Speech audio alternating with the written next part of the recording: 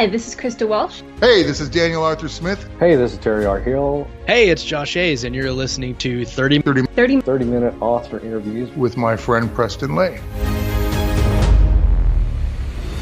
Woohoo! Hey everybody, welcome to this week's episode of 30-minute author interviews. We do have a giveaway with this week's episode, but before I tell you about it, I'd like to tell you about our sponsor, The Galactic Satori Chronicles by Nick Breaker and Paul E. Hicks. The Galactic Satori Chronicles, a thirst for revenge sends one man on a deadly journey through the galaxy in this adrenaline-pumping new series. Asher is a young man whose world is turned upside down when he discovers that his fiancée's death has been directly caused by an imminent alien invasion. In a desire to better understand humans in order to destroy them, these aliens are projecting their consciousness into unsuspecting men and women, and in the process are learning exactly how to use humanity's own selfishness and greed as weapons against them. Fueled by emotions that the aliens will never understand, Asher bands together with a group of friends. These four MIT co-eds are more than meets the eye and go to battle with those who are intent on destroying our planet. Asher takes the fight from Earth to an alien spaceship and then to the very planet of the enemy trying to destroy them. The Galactic Satori Chronicles can be found on Amazon, where Book 1 Earth is only 99 cents and Book 2 Kron is $2.99. Head on over to Amazon and search for Galactic Satori Chronicles, or head on over to Leigendarium.com and check out the show notes for this episode. In the show notes, we will include a link where you can find both Book 1 and Book 2 on Amazon. And now for the giveaway that I was telling you about. Daniel M. Ford is going to be giving one person the chance to win a signed copy of Ordination and Still Bright, the first two books in his Paladin Trilogy. Now, this is one giveaway you don't want to miss out on. I'm currently in the middle of Ordination, and it is by far my book of the year so far. So what do you need to do in order to get registered for this giveaway? It's simple. Head on over to Leigendarium.com. That's Leigendarium.com, and let us know what was your favorite part of the episode. Now enjoy our interview with Daniel M. Ford. Welcome everybody to this week's episode of 30-Minute Author Interviews. This week we are joined by author Daniel M. Ford. Thank you for taking time out of your day and coming on 30-Minute Author Interviews. Thanks for having me. Not a problem. So we like to start out each episode here with a segment we call Two Truths and a Lie, where you tell me two truths and a lie about yourself, and I have to try to figure out which one is the lie. I'm going to try to start a winning streak with you. All right. Maybe. Fingers crossed. So if you could, can you tell us two truths and a lie about yourself? Sure. Number one, in high school, I caught passes from Johnny Unitas' son. Johnny Unitas being the Hall of Fame quarterback of the Baltimore Colts. Two, I met my wife in an online text-only role-playing game. And three, I studied abroad in Ireland in college. So, based on what I have read about you online, your bio and a couple other places, I believe number two is going to be true. I know you play role-playing games, so I'm going to say that's true, unless you're just trying to throw me off with the wife part. So I'm going to say number two is true. And I know on your bio it says you studied Irish literature, but it wasn't in Ireland. So I'm going to say that number three is the lie. You are correct. Number three is the lie. Yes, I am on a winning streak. Time to retire. Oh, so you caught passes from Johnny Unitas' son. Yes. That yes, is. Did you actually get to meet Johnny Unitas? Johnny Unitas would come to practice sometimes, and he would come to games. But the players, you're not paying attention to the dads, or you're not trying to look like you're paying attention to the dads. Mm-hmm. And the other dads all were just kind of really circumspect and just kind of treated him like another dad. Like, they didn't make a big deal about it. They didn't didn't bug him. Nobody came asking him for autographs or anything. That's awesome. Yeah, the dads were really mindful that he was there to watch his son play. Right. So which position did you play on football? In defensive line, offensive line, occasionally tight end because I had good hands. I wasn't going to outrun anybody, but I don't think you're supposed to as tight end. No. That's funny.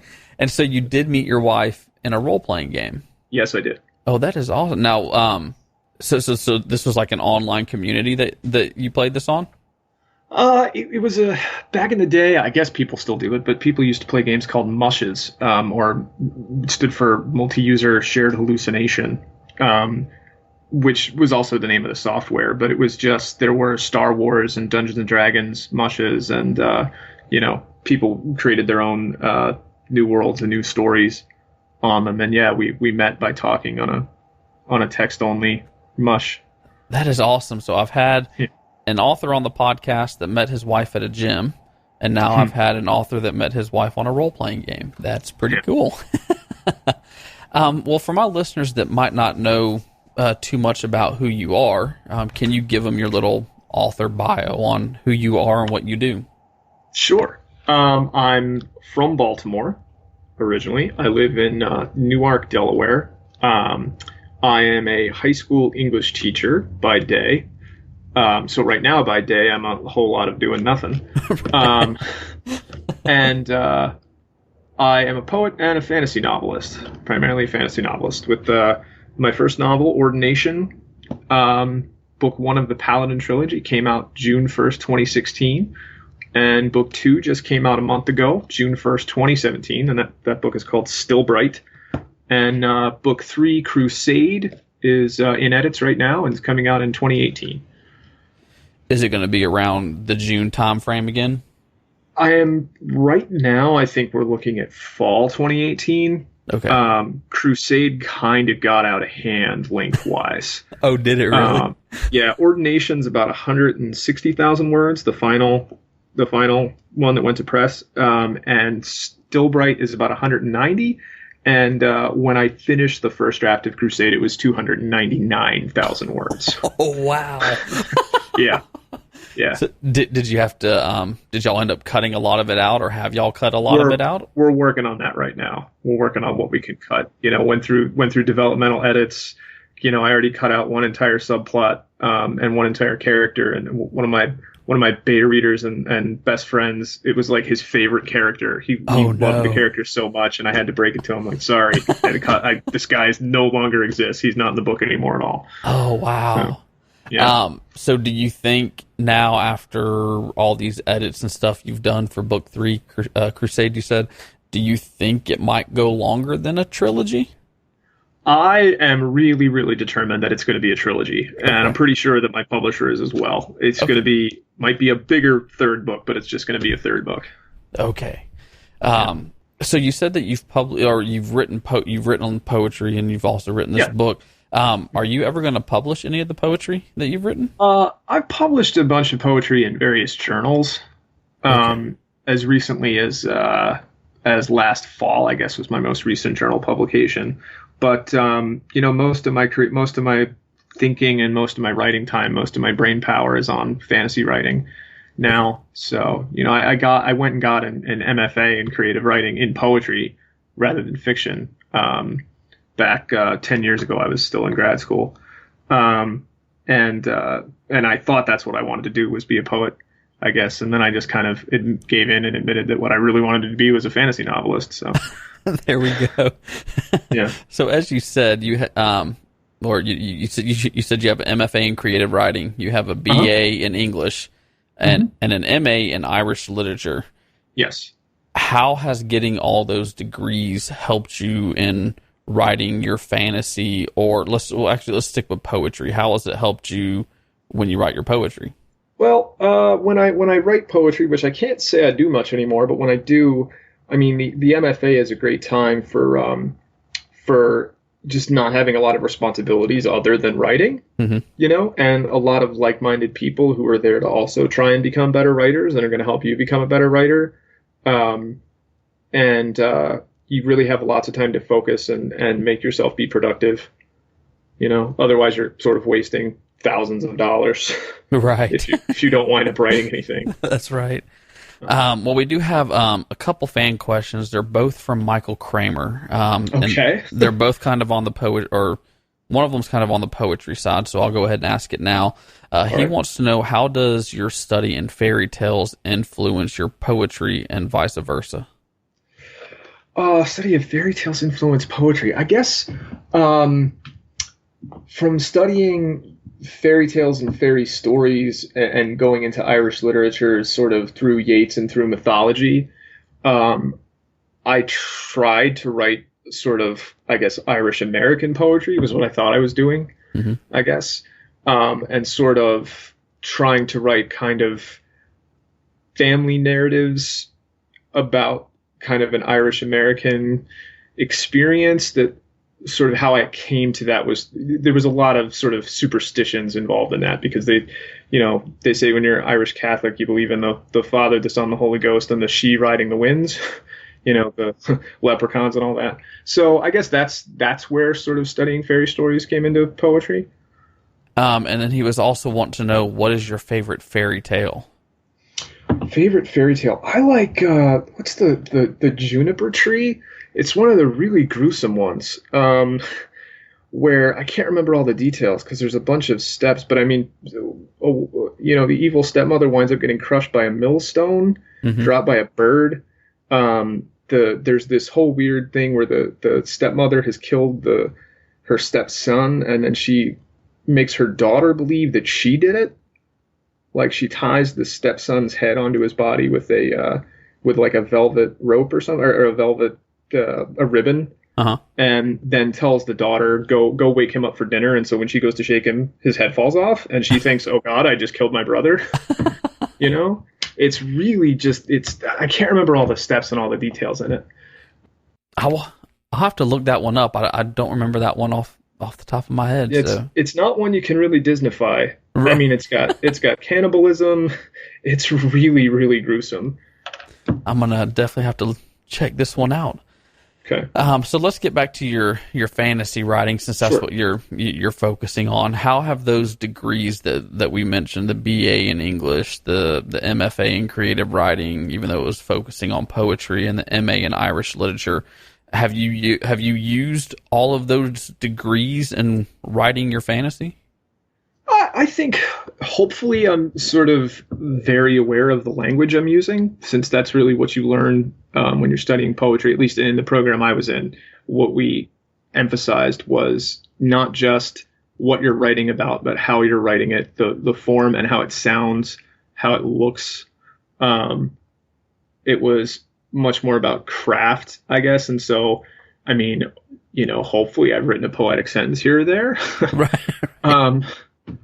So, do you put Irish culture in your novels? I don't know too much about Irish culture, so I don't know. I haven't really. I kind of tried to avoid slipping much, if any, sort of Celtic influence in terms of the characters' names or place names or culture. Also, I don't actually do any world building or outlining or planning. Oh, really? I'm a complete seat of the pants writer. Wow. So if any did get in there, it wasn't by design. So did you have any kind of plan going into this trip? Like, did you know, okay, I want this to happen at the beginning and this to happen at the end, and then the rest of it's made up? Or have you been flying by the seat of your pants on this whole trilogy? I had kind of the image of that's on the cover of Ordination. This guy kneeling down, being granted powers by, this sort of glowing female figure. That just kind of popped in my head. And then I just sort of took a kind of old beat up knight going into exile. And I knew I wanted to take him from, all right, I'm going into exile, to he's going to be made a paladin. Mm-hmm. By this glowing figure. I had no idea what would come between that or what would come after that. When I started it, I thought it might be like an 80,000 word novella. and then it turns out to be like a 500,000 word trilogy. Right. Yeah. That just happens to be narrated by Michael Kramer, one of the best in the business. Yeah. So you are this trilogy has been put out by, and I'm sorry, I don't have the publisher written down. I'm trying to pull it up real quick. Okay. The print publisher is Santa Fe Writers Project. That's right. How did you come in contact with them and get the story, the print version, published through them? I saw an open call for fantasy manuscripts. This was in 2012, probably. Mm-hmm. And I had started writing Ordination in August of 2011. And so I had Ordination written, and I think I'd done a second draft of it, and I'd written most of Stillbright at that point. Or possibly even all of it. Maybe it was very early 2013. Mm-hmm. And a friend of mine from my MFA program, actually, great writer named Rion Scott, he sent me a link and said, hey, I know you're working on a fantasy. This publisher located in Bethesda wants to get into the fantasy genre. They'd been mostly a literary fiction and literary nonfiction publisher to that point. And so I just sent in the query, and probably 6 months later, the publisher asked for the book. And so I sent him Ordination, and probably another 6 months after that, he said, hey, tomorrow, I want an outline of all 3 books. Oh, wow. Yeah. So. Wow. That's pretty crazy. So did they take care of all the cover artwork and getting Michael Kramer? Well, the audio publisher and the print publisher are 2 separate publishers. Oh, okay. So the print publisher is SFWP, and they took care. They found the cover artist, who is an artist named Kerem Beyit, who's Turkish, and he's done a lot of gaming books and a lot of other fantasy covers. And I love the cover art. I just absolutely love it. They're great. My publisher sent me an email on, I think it was January. I know it was a New Year's Day. It was January 1st. I can't remember. It was probably 2014, maybe 2015, and said, hey, here's a link to 3 online profiles of 3 artists. Which one do you like? And I said, well, I kind of like all of them, but I like the first one best. He's great because I just hired him to do the covers. That is funny. Yeah. Go on. Oh, no. So I was just going to ask, how did you, since the audio is done by a different publisher, then how did you come about getting the audio done with another publisher versus having them do it? Well, started with the audio rights stayed with me in the contract. Okay. And then back in October of last year, Podium Publishing approached me. And they're an audiobook publisher that focuses really specifically on science fiction and fantasy. In fact, they published the audiobook of The Martian. Okay. By Andy Ware. And talked with them, and it sounded great. And so I signed a contract with them in December, I guess. And they told me, I guess in January or February of this year, that Michael Kramer had been hired to do. No, they would have told me last year, because he started reading the book in January. Reading Ordination in January. Told me that he was going to be the narrator, and I didn't know much about audiobooks at the time. Mm-hmm. And I started going and listening to them, and of course saw that he had narrated The Wheel of Time, and he narrated Ken Liu, and he narrated Brandon Sanderson. So obviously I was thrilled to sort of be adjacent to that company. Exactly. He's really I wasn't aware of how much work an audiobook narrator does. I guess I kind of thought they probably just read the book, and I mean, that couldn't be more wrong. I know that now. Michael Kramer inhabits the characters and does voices and really characterizes them, brings them to life in amazing ways.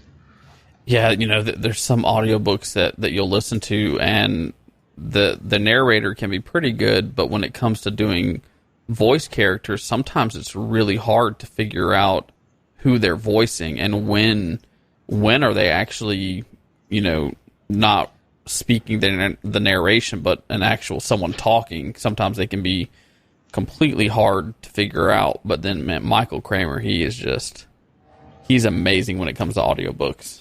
Yeah. He's definitely one of the best out there. He's great. So I know you're in edits now for book 3.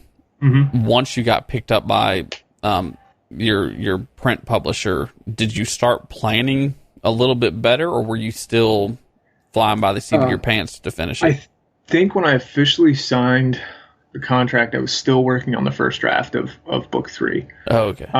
So it wasn't done yet. I knew what. I'm not going to say I knew what the last page was, but I mean, I knew what was going to happen at the end. Okay. But I still didn't write any of it down. It became kind of like superstitious that if I outline anything or plan anything or write it down, like I'm going to lose the ability to do this. Mm-hmm. And I still am kind of that way. I was working on it, and the like winter and spring are just brutal time for high school teachers. That's one of the busiest, and kind of the students are kind of at their lowest ebb. They don't want to be there. And between that and trying to get this, 1,000-page monkey off my back, right. One day in March, I literally locked myself in my study. I call it. It was the second bedroom in the house we were renting, for like 14 hours and wrote the last 20,000 words. Oh, wow. In one day. So I said, I'm either going to finish this book, I'm going to kill it, or it's going to kill me today. That's, Wow. So for my listeners that might not know much about your series, can you kind of give them the non-spoiler book blurb on what your Paladin series is about? I would say my elevator pitch is that the Paladin Trilogy is a superheroic origin story set in a fantasy world. Where did you get your original idea? Sorry, I cut you off. No, it's fine. Where did you get your original idea for this story? Do you remember? I don't. Like I said, I had that image of this knight being granted powers. And in terms of deciding to make it a sort of a superhero origin or a superhero narrative, I don't know where I really came up with that. I just thought, hey, I've read a lot of comics and I like superheroes, and let's see what happens if we kind of put people who are superheroically powered in a fantasy world, kind of a terrible fantasy world too, where there's a lot of oppression, a lot of injustice, a lot of systemic inequality, you might say, and see what happens there. What was there more to your elevator pitch? Since I cut you off, sorry. No, that was, I guess, superheroic origin story in a fantasy world where people who are given powers are willing to give their powers on behalf of others, to use their powers for others instead of using others for their own power. Is kind of a little pitch I've used. Okay. And there's also a lot of sarcasm, a lot of found family, and a lot of sword fights. That's how I would wrap that up. Now, have you taken any kind of fighting class? I've interviewed a few authors that have. One has taken kung fu, or not Brazilian jiu-jitsu, in order to write better fight scenes. There's another one that took long sword lessons so they could write better long sword scenes, because there were some of those in her book. Have you taken any kind of classes or anything when it comes to writing your fight scenes? Not for the fight scenes, no. Well back in my misspent youth, sort of between and during grad school, I boxed a little bit. Oh, okay. So I know kind of the rudiments of, what in a fight, what you need to do with your feet, how you need to hold your weight, where, those kinds of things. But no, I've never officially studied any kind of martial art beyond Western boxing. I kind of subscribe to if I can make it feel real enough, but also fun, then that's good enough for me.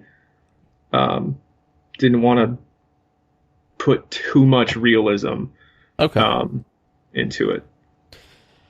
There is a question that I actually found kind of hilarious when I was researching you some. It was on Goodreads, and someone was asking you about the cover.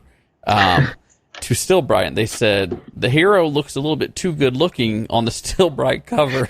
Yeah. And you were saying, yeah, he's kind of an ugly guy. And Yeah. so, when you're describing he's got a broken nose and his face is scarred up, in my head, if this was ever turned into a movie or a TV series, Ron Perlman is what jumped in my head as playing Allystaire in your book. Do you have... Is that kind of the way you picture your main character as kind of like a Ron Perlman? I think Ron Perlman's awesome. He's a great actor. He's not the first person I thought of. I guess when I've thought of dream casting, I tend to think of Ray Stevenson, kind of is Allystaire in my head, I think. Not to imply that Ray Stevenson's ugly. I don't want him to find me and beat me up for that. That's what makeup is for. That's funny. Well, for my listeners that haven't got to read any of your series, do you have an excerpt from the series that you can read for them so they can kind of get the feel for how you write and how the story sounds? Sure. I will go with, I'll read a part from Ordination. Okay. It's chapter 8, so it's kind of the first real fight in the book, like the first real fight scene, where for the first few chapters, Allystaire, our main character, has been chasing down a group of slavers, or he calls them reavers, but they're sort of mercenaries or soldiers who've just taken to a life of marauding because the country they're in is constantly at war. And they've taken a group of villagers prisoner and are going to try and sell them into slavery. And so the whole sort of initial quest of the book is Allystaire finding them and trying to get them back. And so this is after he's worked his way through a portion of those reavers and is going to come face to face with their leader, their captain. Okay. So this is from chapter 8. Pain Can Wait. Kicking the body free of his blade was, Allystaire realized almost instantly, a tactical error, because it left him wide open for the crossbowman, whose weapon thrummed with the release of a bolt, immediately driving the breath from his lungs. Allystaire expected, as he threw himself between the wagons, to feel the bolt tearing its way into his abdomen. When he put his back to a wheel and looked, he realized it had skipped off of a bracer, lost much of its force, and simply put a large dent rather than a hole into his cuirass. It still hurt. It can hurt later, he told himself, forcing the pain to some other part of his mind. He knew very well how to be hurt and to keep fighting. What are you going to do about that crossbow, you fool? At this distance he couldn't charge. The captain, who'd been waiting all of this out, watching his men fall, appeared fresh, unhurt, and too calm by half for Allystaire's liking. And now the green-jacketed reaver was calling out to taunt him. Come on, you fool avenger. You've had your share of blood. You can still take what you paid for and leave. I'm a civilized man and will allow you that, but my generous offer is for only a few seconds. Allystaire heard the deep thrum of the crossbow immediately following the captain's words, and splinters showered him. A bolt lay quivering in the bed of the wagon mere inches from his head. Move, he told himself. He spun out from under the wagon, and as he stood, something caught his eye. Charging forward, he bent and scooped up the hatchet that another reaver had been swinging at him. With the same grip, the same straightened arm and downward motion he used to throw his hammer earlier, he threw it at the archer. Luck was with him, or the crossbowman was green. Instead of using the stirrup, he had pressed the stock against his stomach and pulled the bowstring back with his hands, then slotted a bolt in and lowered the weapon. A panicked move. The hatchet thunked into the understock of the crossbow and relieved the bowman of all the fingers curled around it in the bargain. He dropped the weapon, the bolt rolled free, then he fell backward, clutching at the bleeding ruin of his hand. The captain laughed with contempt, stepped towards his fallen man, and casually skewered his throat with the heavy point of his blade. Then he stepped away, smartly raised the bloodied weapon in salute, and began circling, nimbly shuffling his feet and shifting his weight. Allystaire instinctively did the same, moving to his right as the captain moved to his left, though each step caused a small jolt of ever-worsening pain in his bleeding foot. You've done me a favor, you know, the captain sneered at him. Not yet, Allystaire replied through gritted teeth. Come a little closer and I will. The captain laughed again and lunged forward, swinging his sword in a swift, sidelong arc. Allystaire caught it and flung it aside, and the captain danced backward. "Oh, not at all, my bloodthirsty friend. What you've most obligingly done is lower my costs." The smile widened, the sword point danced. He tried another lunge with an overhead chop. Once again it was turned away. Dead men draw no wages and drink no beer, you see. Allystaire tried a long, slow swing aimed at the captain's left side, with some heft in it. The captain danced to his own right, backing towards his dead crossbowman in the corner, and Allystaire shuffled to bring them square. "After I kill you, I'll have my cheerless chattel, my profit will be doubled, and I'll have no shares to pay." He followed his taunt with a lunge and a low sweep. Allystaire knocked it to the ground, but it nearly took him at the knee.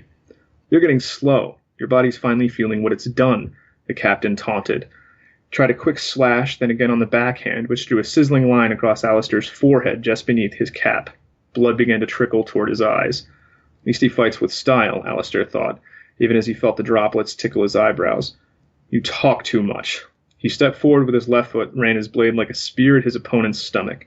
The captain, instead of parrying, stepped aside like a young man dodging a bull in the ring at a village festival. He even rose to his toes, bringing his feet closer until they touched. If Allystaire would have allowed himself to smile, or if he could have allowed himself to smile, he would have, but he stopped the expression from showing on his features. "Style is for dead men," he thought. With a light laugh, the green-coated captain swung his sword in another slash, parting the leather on Allystaire's left upper arm, opening a shallow gash on the layers of muscle beneath. This may hurt, Allystaire thought as he gathered himself and drew back his sword clumsily, showing his opponent another lunge. As he'd hoped, the captain started to draw his feet together. Instead of lunging, Allystaire threw his sword at the captain's face, a desperate gamble intended merely to befuddle. But in his startlement, the nimbler and fresher swordsman overbalanced and stumbled. Allystaire pounced like a bear on a vulnerable baiter. His left hand went for the right wrist and seized it as he drove the captain back into the wall, but not before the slaver managed to drive the point of his sword deep into Allystaire's left shoulder. Doesn't matter now, does it? Pain bloomed down his arm. It would wait. His left arm was weakened by its wounds, blood trickled along his eyebrows, but Allystaire had the benefits of mass, momentum, and surprise. He drove the captain back into the wall and was rewarded with the sound of a sword punched out of a hand by a stone clattering to the floor. "You talk too much." With each seething word, Allystaire drove his balled-up, iron-studded fist straight into the captain's hateful smirk. His first punch wasn't quite square, but the rest lined up the iron studs perfectly and tore open the man's skin. Between the shock of the assault and the impact of the first blow, the captain raised only meager defenses. He couldn't get his knees beneath him to push Allystaire away, and by the time he was raising his arm, the second blow had fallen, stunning him to near insensibility. Allystaire threw every ounce of his fury, every moment of suppressed rage of the past few days, into his punches. Each satisfying thud of his gloved fist against flesh was another sight of charred bones in the village green, was a sword biting into Casimir's neck, was Maul's shrill accusation from earlier in the day. Like a baker punching down an overproofed dough, Allystaire punched until his arm burned, pressing the captain's increasingly limp body against the wall with his knees and his wounded left arm. He stopped only when he realized his fist, spattered with red and gray, had just thudded into the stone of the wall. Wow. That is awesome. So far, I've enjoyed what I've read a whole lot. Okay.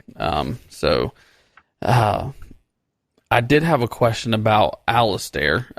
Okay. So it seems his favorite choice of weapon is his maul. Yep. So what inspired that choice of weapon? Was it Thor or? I don't think it was Thor. Although I'm not against that comparison either. Right. But there's a couple different inspirations. One is, I do play a lot of role-playing games. I play a lot of D&D. Still playing Dungeons and Dragons with the guys I played with in college. Mm-hmm. And, I've played a paladin in now and then. And I'm kind of one of those role players who I never want to use a sword. That seems boring, right? I always want to use something different. So part of it was that I wanted to give him some personality. Part of it was Allystaire actually. I think it demonstrates his personality and his character. He actually explains this to a character later in the story. When have you met Idgen Marta yet? In what you've read? No, not yet. Yeah. Okay, you're gonna meet her. You're gonna meet her soon. Okay. She asks him why does he carry a hammer, and he gives a couple reasons. One is he says because the sword is, they sing songs about swords, right? The sword promises glory and elegance and grace, and the Hammer doesn't do any of that. The Hammer says it is exactly what it looks like. It doesn't make any false promises. And he also says, at the end of the day, you can build something with it too, right? It doesn't have to just be used for that one purpose. Now, if you were a character in your book, what would your go-to weapon be? An arbalest, like a big crossbow, so I'd be as far away from the battle as possible. No, I mean that seems like an answer. There we go. But I don't identify with Allystaire that much. I don't need to put on armor and go confront the evils of the world because. But I don't want to sound like a coward either. But I've always been kind of a fan of axes, I guess. Okay. I would go to the Ren Fair. I love going to the axe throwing booth. Yeah. Now, I have read on another interview you did that you do not believe in a writer's block. So I don't. When you're getting to a scene that you might get a little stuck on and writer's block could kick in, what do you do to overcome writer's block? Stare at the screen until I write that scene. I very, very rarely let myself skip ahead and write a different scene. Very rarely. That's only if I know that, all right, I know I need to get to, say, point C and I'm not at point B yet. Mm-hmm. So I'll go write that point C maybe, and that'll help me figure out how to get to point B. One thing I've said a few times is when I don't know what happens next, I make two characters sit down and talk until something does happen. Because I find it really easy to write dialogue once I know the characters. Mm-hmm. So I wind up writing probably a lot more dialogue than I need, and there's whole conversations that get cut out. But that just helps me learn the characters and work through who they are, and eventually I'll figure out what needs to happen next. One other thing that I read about you that I thought was interesting is when you write, if I remember correctly, you do not have the internet in the room that you are writing on. Is that something that you have always done? No, that's something I started doing basically when I started writing Ordination. I use a very old iMac to write on, and I use an old version of a program called Freedom that you can block the internet for 15 minutes to 8 hours.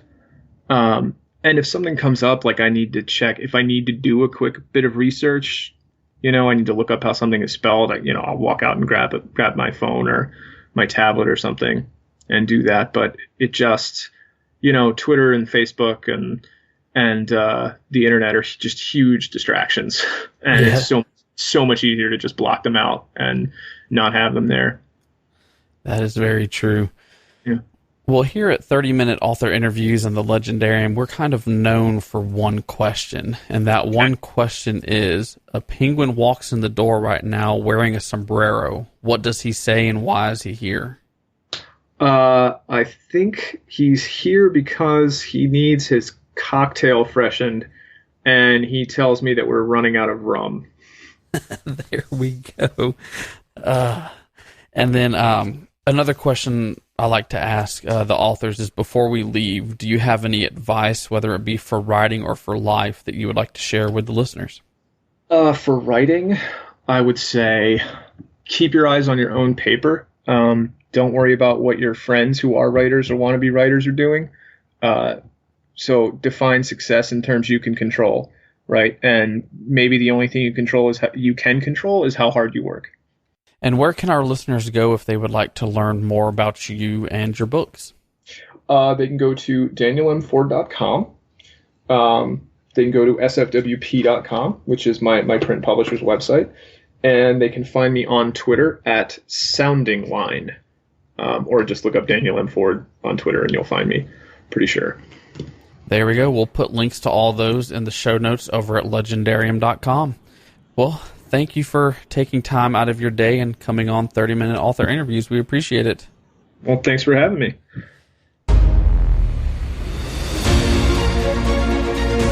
Well, Well, that is all the time that we have for this week's episode of 30-Minute Author Interviews. Thank you so much for tuning in, and we hope you tune in next Wednesday and every Wednesday for another great author interview.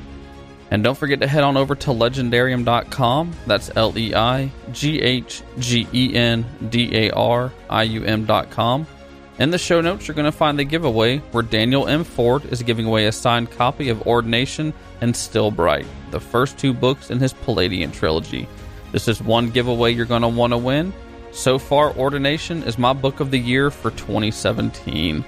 Also in the show notes, you're going to find the link to our sponsor, the Galactic Satori Chronicles. Check them out and let them know that you heard about them right here on 30-Minute Author Interviews. I would also like to thank a few of our Patreon supporters. I would like to thank Third Scribe, Maggie Stewart Grant, and Nick Breaker. They're supporting 30-Minute Author Interviews through Patreon. They are also receiving the Patreon-only podcast 10 Questions With.